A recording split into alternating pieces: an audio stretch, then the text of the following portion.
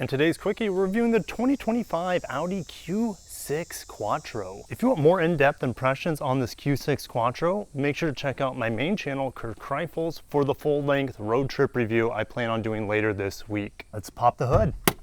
It's a great door slam. All right.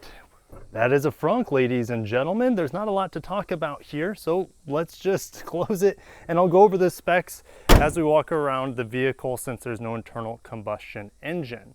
This is an all-new platform for Audi, and earlier this year I actually reviewed on the main channel the SQ6. Ooh, I did not close the hood all the way. The SQ6 higher performance variant of this new vehicle by Audi, this new e-tron. And it does have a 94.4 kilowatt hour usable battery. The total battery size is 100 kilowatt hours. It's rear wheel drive standard, but this being the Quattro, we have dual motor all wheel drive.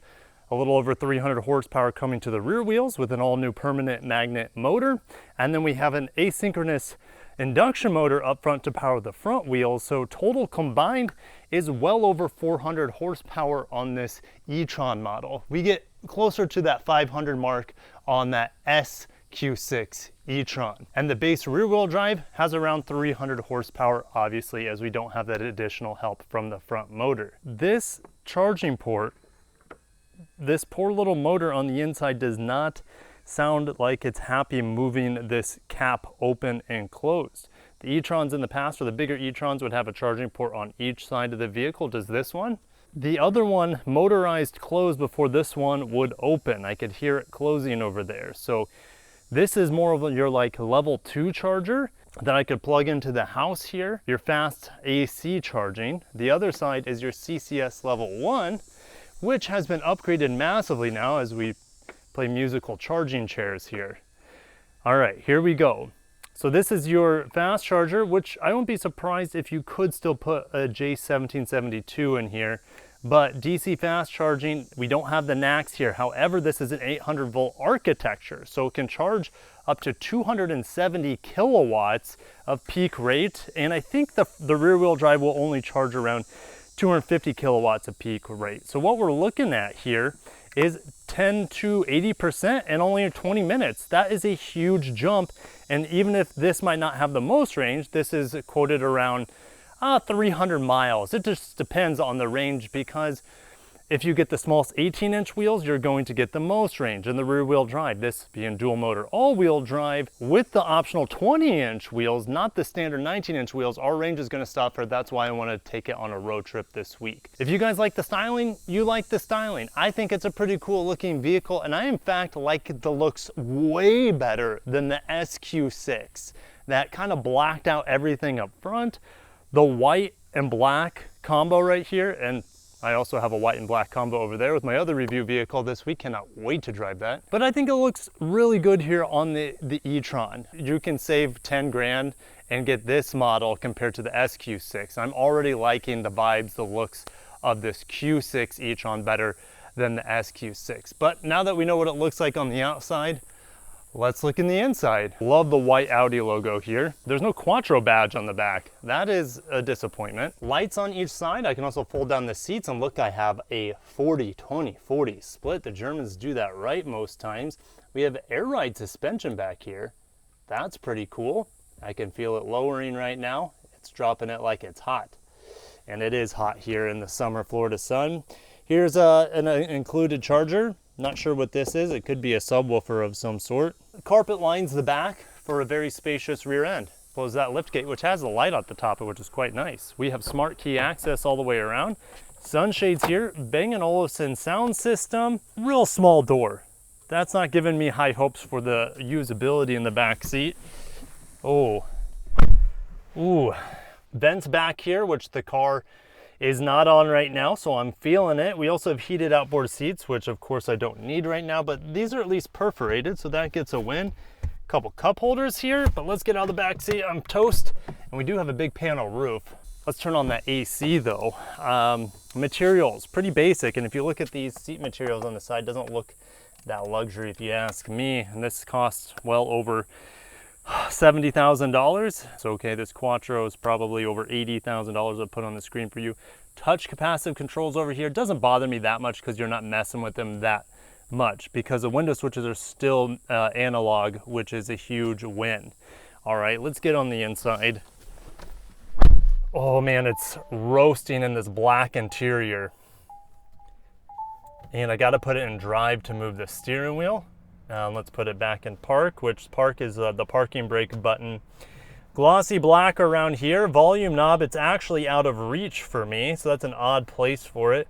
You would think you would put the start button maybe over here because you just press it once and you're done. Volume knob you're always interacting with, so you'd think it would be closer, but it's not. USBs down there, a large container, as well as a wireless charger with a clip, which is quite nice. But the thing is, when you're wirelessly charging your phone, sometimes you just want to see it, and it's too far away. You can't even see your phone if it's wirelessly charging. We have a little manual down here. We do have a glove box, felt lined, as I hope I would expect in a luxury vehicle. Just like the SQ6 I drove, it has the accessory passenger screen. I like this wood material, but it's kind of hidden by all the screens that I have. The bezel on this is obnoxiously large, and it reminds me of a Buick made in Korea. Like the Envista has similar screens to that that we see here. I do like the steering wheel. Yes, it's touch capacitive, and I do have paddle shifters here for the regen braking, but it is clean and it is easy to work with. I can change my view, my information view here, as with all these buttons, and they do feel good. They are fairly snappy, and we have 95% battery and 258 miles of range here. Okay, so let's go ahead and reset these values, this long-term memory. And it's easy to do. I remember in some Audis and older Audis, it's hard to reset your trips and stuff. So I do appreciate that. The vents are really low here. That's typically what happens when you have too big of a screen. This vents can get kind of an afterthought, but I will say it is cooling down really well despite it being 1,000,000 degrees outside. This is all touch capacitive up here as well. Let's not open the sunroof, I just want the shade. Okay, you press this touch capacitive button to open the shade. See, that doesn't bother me too much that this is touch capacitive. It's better than like Volvo. Volvo's a slide feature, which is just silly. But yeah, I like the panel roof in here, but I'm gonna keep it closed because it'll turn into a magnifying glass shortly. All right, thigh extension here. It's not it's manual. That's fine with me, at least I have it. These seats are very comfortable. The bottom cushions is very comfortable. I have like a 34-inch waist, so that gives you an idea. The seat kind of fits me perfectly at that. And the upper bolsters are pretty wide. If you need sportier seats, get the SQ6. Let's turn on these ventilated seats as well, and let's get on our way. First impressions, it doesn't feel overly heavy. Sometimes EVs can feel a bit cumbersome when you get in them for the first time. I'm not getting that sensation here on the Quattro Q6. My head-up display is incredible. I don't know if it's going to come up on the camera, but the font is super crisp and clear, and I haven't adjusted it at all, and it's very bright, and it's huge. Like, the font is massive, and it's telling me to, because there's an intersection up here, to get off the gas pedal. So that's something I would turn off if I own this vehicle. I don't need those nannying systems. I know that there's a stop sign approaching. That's a bit ridiculous. Let's go ahead and accelerate here. 0 to 60 is claimed around 5 seconds, a little under, and I can attest it should be able to do that no problem. And as you accelerate, the font gets bigger to give you the sensation of speed. And maybe you should be watching your speed too, especially in an EV, because they do pick up speed so quickly and instantly. You know, what's cool about this asynchronous motor is that it can disconnect, and when it disconnects, since it's not permanently excited, it is not draining the battery. It's not draining your efficiency. So it just disconnects and spins freely, and the rear motor at highway speeds is powering you most of the time unless you do pedal down, and the front motor kicks in. Oh gosh, it's quite good. I don't need any more power than this. And oh, there's a sheriff right there. Exactly, and I'm kind of going too fast. I think he's going to be, well, I'm in a nice Audi. He's going to be nice to me because I'm in a nice Audi. I'll just have to watch my speed on the way back. Let's get into the handling. You know, I've always been impressed by Audi's handling in their EVs, even the old e-trons. Well, the brakes, you do have a bit of a pitch and dive wobble that EVs, most of them have. This one has it, unfortunately, and you know, it hasn't been tuned out. It doesn't come to a smooth stop like a gas car, for example. All right, so you do have kind of that teeter-totter effect when you come to a stop. All right, but let's go and throw this in the turn.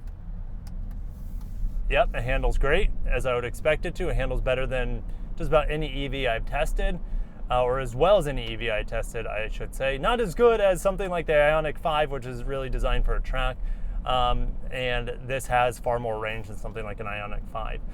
So I have all the power here that I could ask for. The SQ6 is lost on me. I don't need the extra 100 horsepower or whatever. I can already do plenty of acceleration here, and this has all the features. In fact, my SQ6 did not have ventilated seats, and these ventilated seats are kind of a must here, in my opinion. All right, and these ventilated seats are working quite well in hot Florida.